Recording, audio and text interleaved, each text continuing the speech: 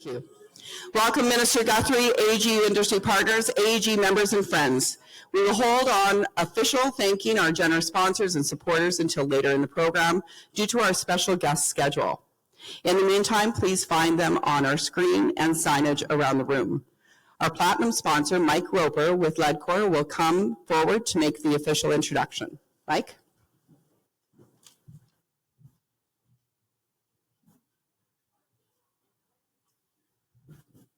Thank you.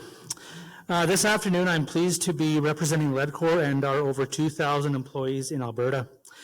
As many of you know, Ledcor was founded about 75 years ago in Leduc. Since then, we have grown to be one of North America's most diverse construction companies, with over 8,000 employees in regions where we operate. Some of our most prominent and recent local construction projects include Amazon's robotic sortation fulfillment centers in both Edmonton and Calgary, the MacEwan School of Business, the Garneau Redevelopment Project, the Royal Alberta Museum, the Art Gallery of Alberta, the Epcot and Enbridge Towers, and a little further north, the Suncor Coke Boiler Replacement Project in Fort McMurray, and substantial portions of the Trans Mountain Pipeline in British Columbia. And we've also recently kicked off the exciting Capital Line LRT project here in Edmonton. I'm honored to introduce our guest speaker, Peter Guthrie, the Alberta Minister of Infrastructure. Peter was first elected in 2019 as the MLA for Airdrie-Cochrane. Before entering political life, Mr. Guthrie was a private business owner in the ranching and retail industries for close to 20 years. A professional engineer by trade, Peter worked for several years in the chemical and manufacturing industries before becoming an entrepreneur. And Mr. Guthrie is an enthusiastic advocate for the Canadian Armed Forces, local small businesses, and their community contributions. Prior to his current portfolio, Peter was the Minister of Energy.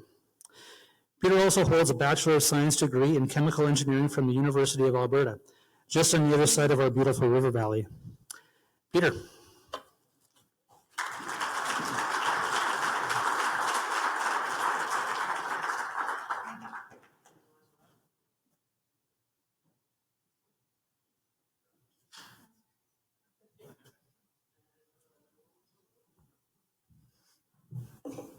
Well, good afternoon, everybody. Well, thank you all for coming out and for inviting me here. I thought maybe, well, I'll introduce myself first, maybe just give you a little bit of my background. Especially in a group like this, I think it'll give you a little bit of a flavor for where I'm coming from. I'm, as was mentioned, a chemical engineer. Now, I graduated from high school in Fort Saskatchewan, just close to Edmonton here. Went to, well, actually first I better say this, that I have 2 kids. I'm married. We're on in April here, we're hitting 30 years. So that's, yeah, thank you. That's a big one. Over the holidays, we had our 2 kids back. Our daughter, she's taking her master's in counseling. Unfortunately, she couldn't get into a graduate degree here, and so she is going to school in Scotland, in Edinburgh. She's met herself a Scottish guy, so I'm hoping that she comes back to Canada after all of this. And my son, Mitchell, he's now just a little bit over the 2-year mark into military service. He got a operations and logistics degree with the University of British Columbia, and then joined the military afterwards. 9-year commitment, so we're very proud of him. But had everybody home over the holidays, and it was great to see them. But I'm a chemical engineer, graduate of University of Alberta. I got out of school and went into sales and marketing on the pulp and paper side of things. So I worked 8 years in that, mainly Alberta at first, went to Western Canada, about 3/4 of the US. Then I started traveling to South America, Europe, India, China. So there was a lot of engagement abroad. Now, there was a death in our family. It was on my wife's side, and we had decided that we were going to make a career change. And for a city guy, it was a pretty big one to move to Consort, Alberta, and start farming and ranching on my wife's side. So we did that. We went there actually thinking we were going to be 2 years in the job, but we were 10. Became partners in the business and eventually sold the business, sold the farm. My in-laws retired to Kelowna, and we purchased a small business in Calgary, Mr. Lube franchise. And we did that for 8 years. And it was during that time when I started to get politically engaged. Anyone who's done farming and ranching, you'll know full well that politics is always a topic of conversation in that field, as well as so I always like to, especially in a group that's a business-oriented people, to give you a little bit of flavor of where I'm coming from. Now, as was mentioned, I'm Minister of Infrastructure, and I'm responsible for delivering public infrastructure projects worth almost $6 billion, which is about a quarter of the $25 billion capital plan, and that's to be delivered over the next few years. I thought I'd give you a little bit of flavor of what some of these figures make up. So, $2.7 billion of that is associated with health facilities, $2.1 billion towards schools, $900 million towards government facilities. By a region basis, approximately 20% goes to Calgary, 15% of that capital plan going to Edmonton, and the rest sort of throughout the province. From a budgetary perspective, I manage $650 million budget. Now, about $170 million of that is allocated to amortization, so it's more like 480. Diving into those numbers a bit, property operations consists of about $210 million, and leases about 185. So you can see that from the perspective of capital projects and capital project administration, there's going to be a lot smaller amount. It's a question I get quite a bit. How much do you spend in that area? And it equates to about 3.5% that's associated with capital construction and strategic partnerships. So about 22 million. It's the industry that does the building. Some people think, well, you're the general contractor. We're not the general contractor. We're the customer, but it's delivered by and some of you that are in this room today. And thank you for that, by the way, because we need those partnerships. Infrastructure, as far as our assets are concerned, we have 1,227 buildings, 216 leases. We manage 152 buildings, and on average, we sell up to 20 properties per year, and we acquire up to 10 properties a year. Now, those figures are going to change, and I'll talk about it a bit later and why, with some legislative changes that we made over the course of this year. Right now, my team is managing more than 150 capital projects, such as schools, medical facilities, mental health units, that's including those recovery centers, courthouses. We finished one in Red Deer this year, as well as correctional facilities. We're working on over 700 maintenance projects, and this is where we upgrade and repair existing assets. And about 500 of those are specific to health facilities, big and small. In 2024, we completed 2 major health facilities, 3 government-related, 85 major capital maintenance projects, and 2 pieces of legislation, which I'll defer and talk about a bit later. But we also built 10 schools, creating space for more than 9,000 students. That includes Black Falls, Calgary, Coaldale, Edmonton, Fort McMillan, Grand Prairie, Langdon, Leduc, and Wabasca. In May, we finished 5 high schools. All of these were part of a P3. All of these were on time and on budget, which we're very happy with. They even won. It was as that P3. they won 2 awards for that specific P3 partnership. So very, very successful. And as you may have heard, back in September, we announced $8.6 billion over 3 years to build 90 schools and to do up to 24 modernizations as part of our school accelerator program. And one policy change that we made in there was to allow for projects to proceed to the next stage of development in the budget year. So what used to happen is we would have planning, finished planning, we'd have to wait for the next budget cycle to get design funding, next budget cycle to get construction. Now we are going to, as soon as they're ready, we move to Treasury Board and get the approval for funding to move to that next stage. By doing so, we are going to knock off about or up to 5 months in the procurement of those schools.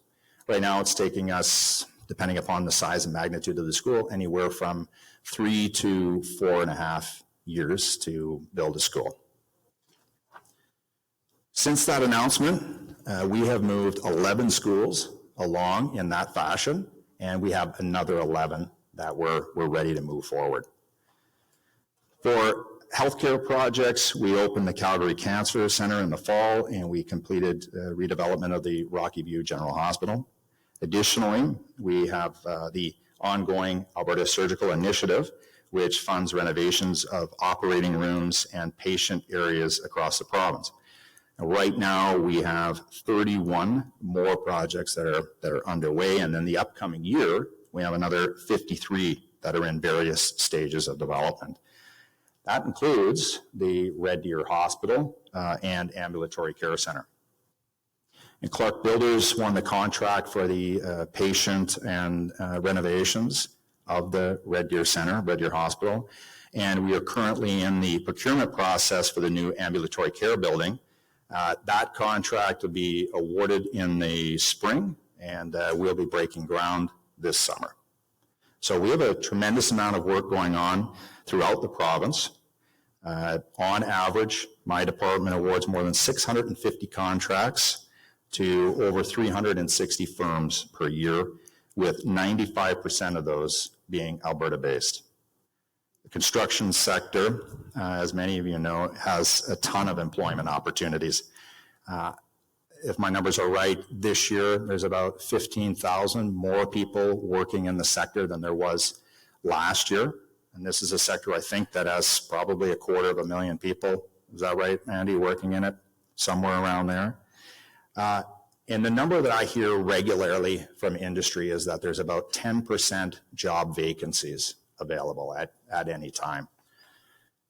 In my department, along with Jobs, Economy and Trade, as well as Advanced Education, we've been working together on a job attraction strategy to raise awareness on the skilled trades profession, as well as designing pathways for education, apprenticeship, and training. And this sector has certainly had its challenges over the last few years, labor being a big one. We've been working closely with industry through our many stakeholder engagement sessions and our industry liaison committee to develop options here.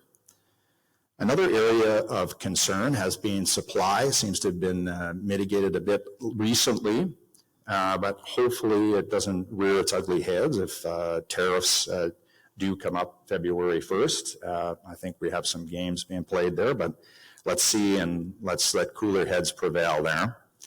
But also inflation. This year, we're anticipating about 4 to 5% in the construction industry. We were anticipating 8, but we've pulled back on that.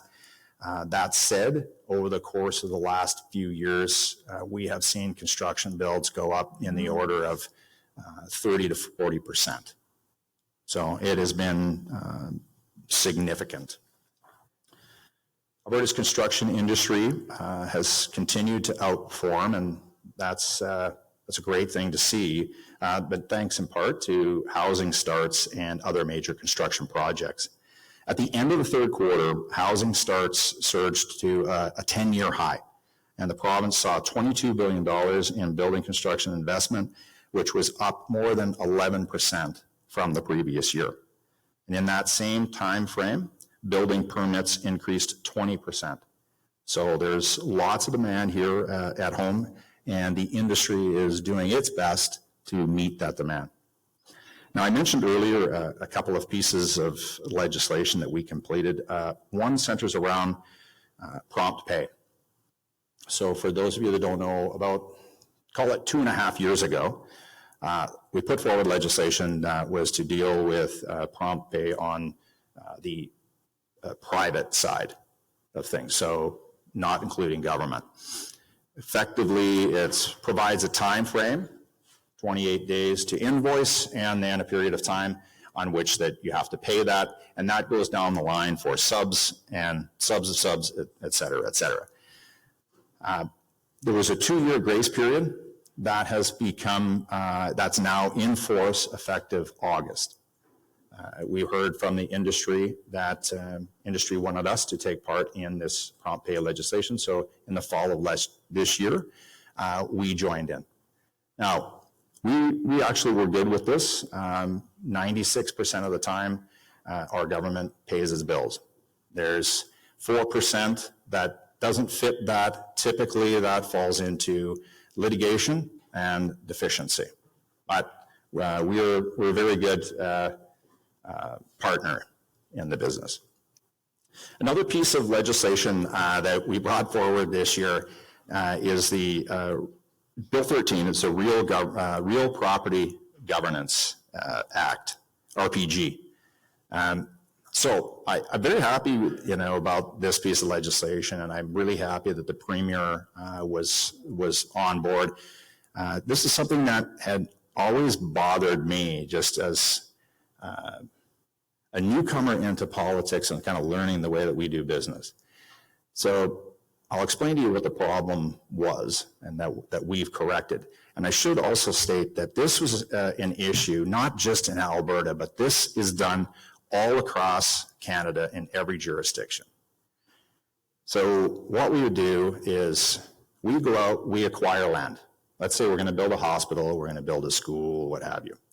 We acquire that, we then build that asset, and afterwards we take that asset and we transfer the ownership to an entity that's on our consolidated balance sheet. So we still own it, but we've handed over to control to AHS or to a school board. In the future, if we wanted to use that land, now as an example, when you build a hospital, there's usually a large piece of land, far more than you actually need.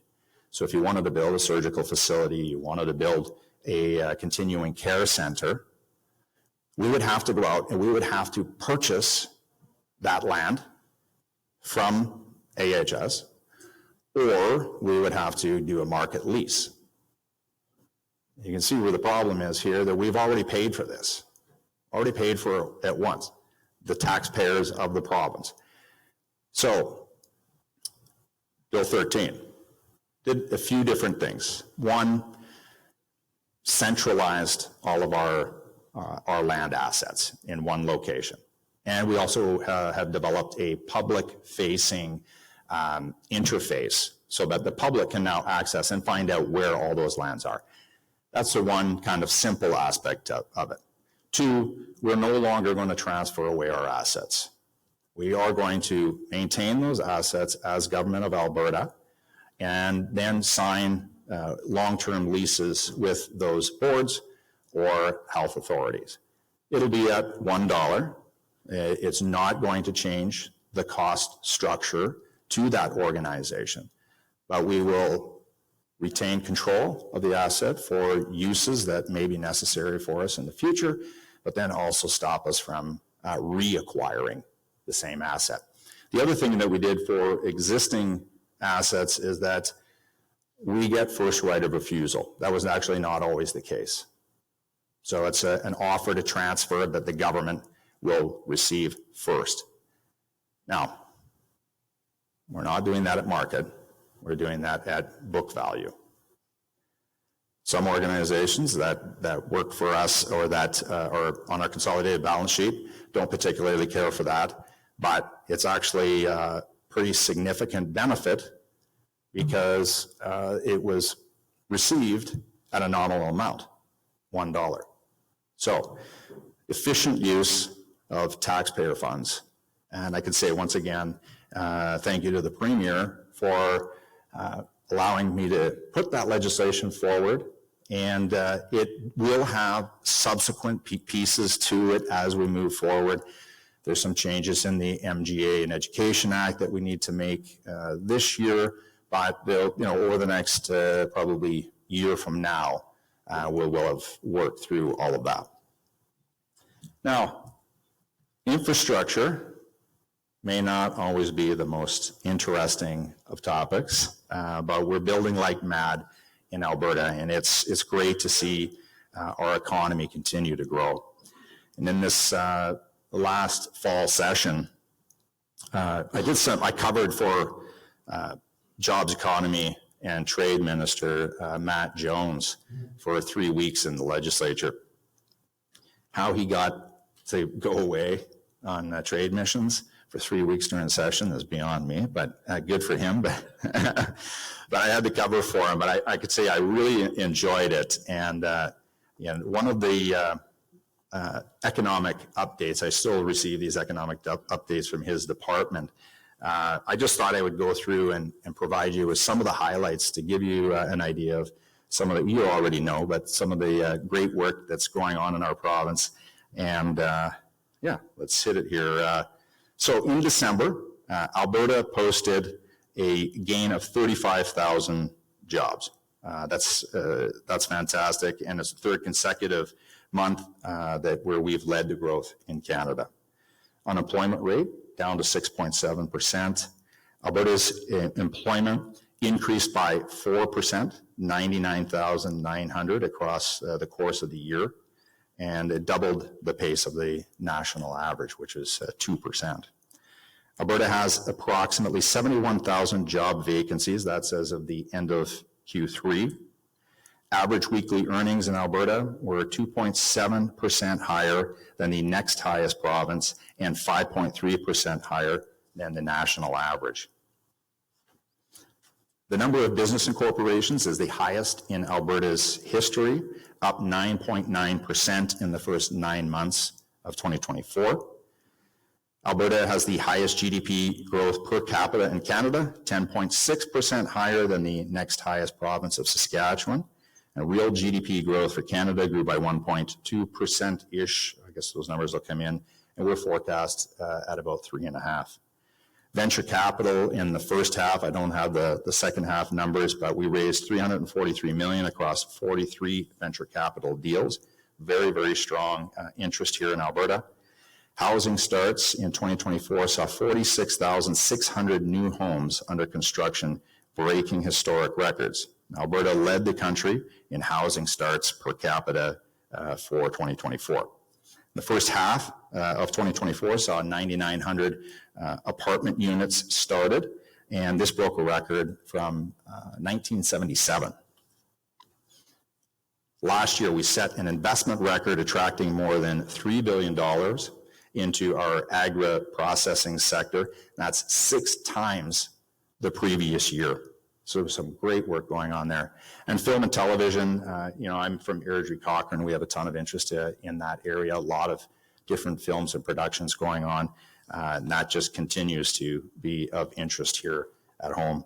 In January through to November, rigs in the province we averaged 134 active, and that's a 4% increase compared to the same period the year before. And Alberta and oil production continue to be strong. Average year-to-date crude oil and equivalent production for January through November was up 4.5% compared to the same period in 2023. Now, there's a lot more information here, but I just thought I'd give you a little bit of a flavor for the kind of the great things that are going on in the province, and we expect 2025 to just keep on rolling. So thank you so much for inviting me here, and I'm happy to hear your questions. I want to thank the minister. And who are you? Oh. Hi, everybody. I'm Shondell Sabad. I'm president and CEO for Rainforest Energy, one of the sponsors. And of course, I'd like to welcome you all here. Especially, I'd like to thank Minister Guthrie. But before I do that, this is a non-traditional industry for me. I haven't had an opportunity to liaise with many of you. But what I will say is the people on the other side of the podium have passion, knowledge, and from what I could tell when I talked to them tonight, they really want problem solving. And so I think you've got a good industry to be able to help you do your job. So on that note, thank you very much for coming and being part of this. We have something very special for you. Two things, first of all.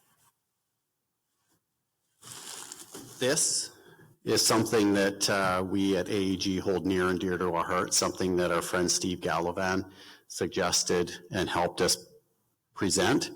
It is the original agreement that was signed with the Dominion of Canada and the province of Alberta, granting Alberta their mineral rights. So something that everybody should read.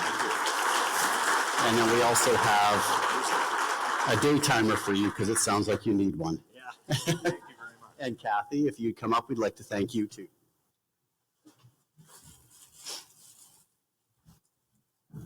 Thank you. Thank you very much. You want to get a quick picture?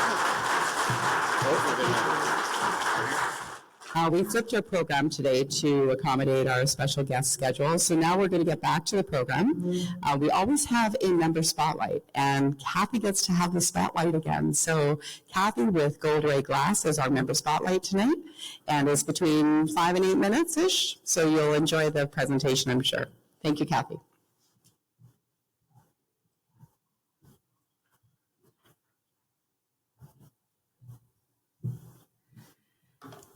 You guys are going to get so tired of seeing me today.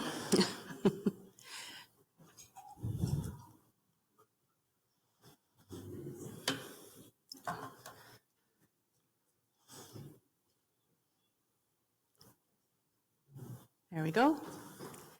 Hi, everybody. I'm Kathy Soroka from Gold Ray Glass, the CEO of Gold Ray Glass, as you probably know by now.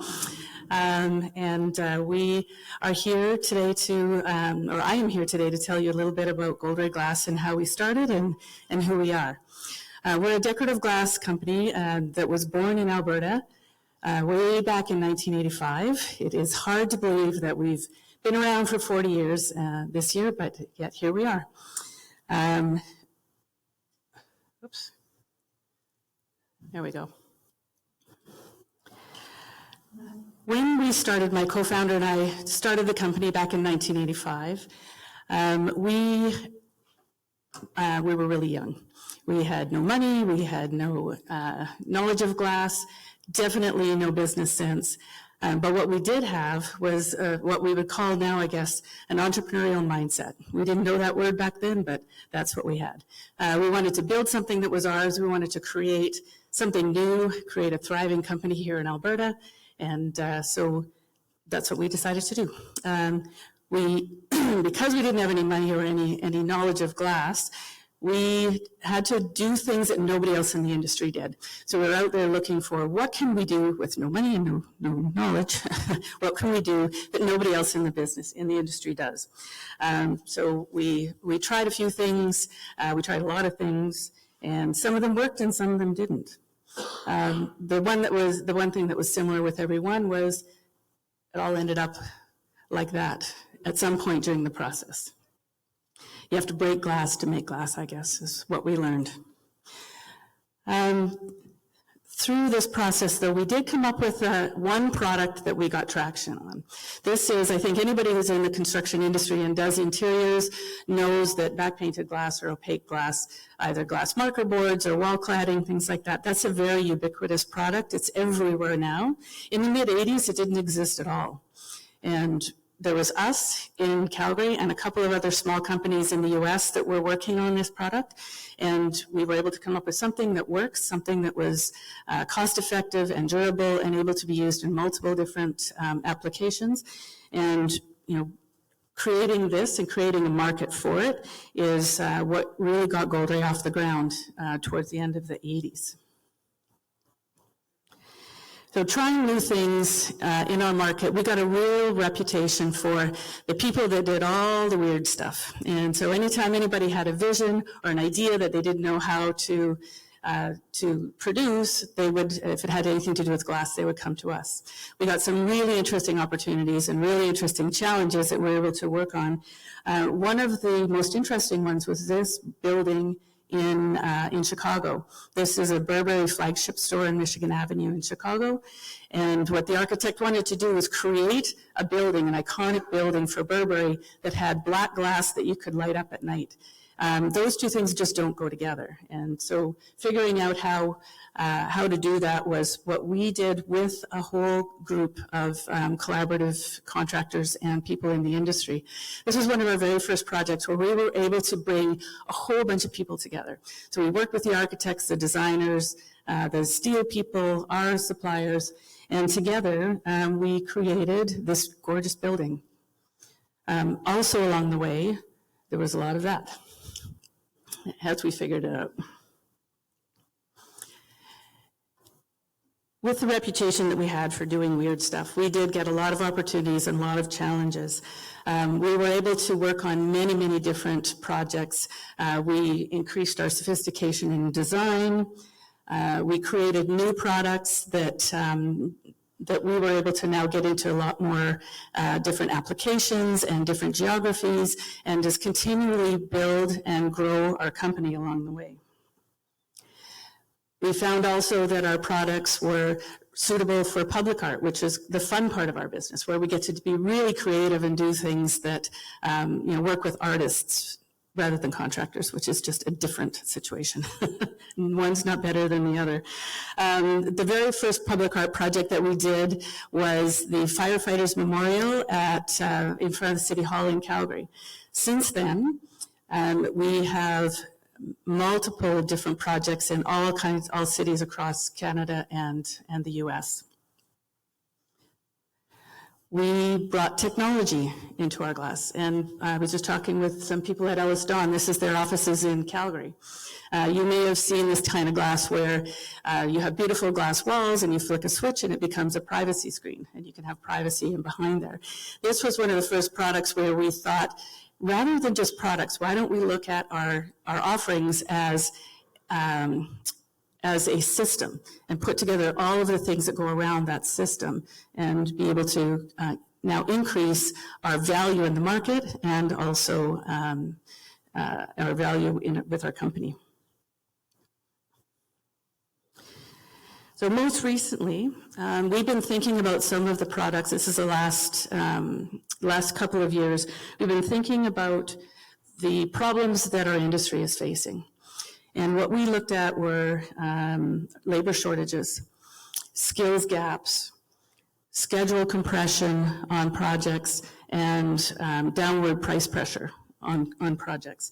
And, what can a company in Calgary that has a very niche business, what can we do to fix some of these problems or to help to solve some of these problems for our architects and our customers? And so what we came up with was what the minister was talking about is modular construction. So we've created wall systems, wall cladding systems, where we take on all the peripheral jobs that go along with that. We do the drawings, we do the engineering, we put it all together in a package and we send it out to our customer. And what they need to do is unpack it and hang it on the wall, and that's it. What that does for them, their experience is, as I said before, construction waste is zero. There's nothing that's constructed on site. The time reduction in installing a piece of glass is 10 times less at a minimum than traditional installation of wall cladding. And the labor, of course, is going to be 10 times less. The overall project cost is reduced because of all of these things that we do and we can bring into our system, and yet we still make a bit of a profit. So it's a win-win on all fronts. We've been so lucky in our 40 years in business to work with some really amazing and creative architects and designers and contractors. We've also been very lucky to be able to work on projects for these companies, some of which I think you probably will recognize. And these are, again, all across North America. There's a few overseas, but mostly North America. I'd like to end the presentation and just tell you a short story about my very favorite project we ever worked on. This is the museum at Prairie Fire in Kansas. And I was lucky enough to be able to work directly with the architect on this. And he was charged with building an iconic building in Kansas that fit within the area. And Kansas is a farming town, or farming state. And so they used to do controlled burns in the fields. And so his idea was, I want to build a building that looks like the prairie is on fire. And so what can I do and how can I create this thing that nobody else has ever done? So again, this was one of those projects where we got to collaborate with everybody. So there was the architect, the contractor, glazing contractor. We brought 3M in, who was one of our suppliers, and you know how innovative they are. We worked with the metal people and the stone people. And together we were able to create a building that's like none other. It's absolutely amazing. When you go and see it, you'll know that the pictures don't even do it justice. One of the cool things about this one too is this is a picture of the outside looking in, and this is a picture of the exact same glass, the inside looking out, which makes it really unique.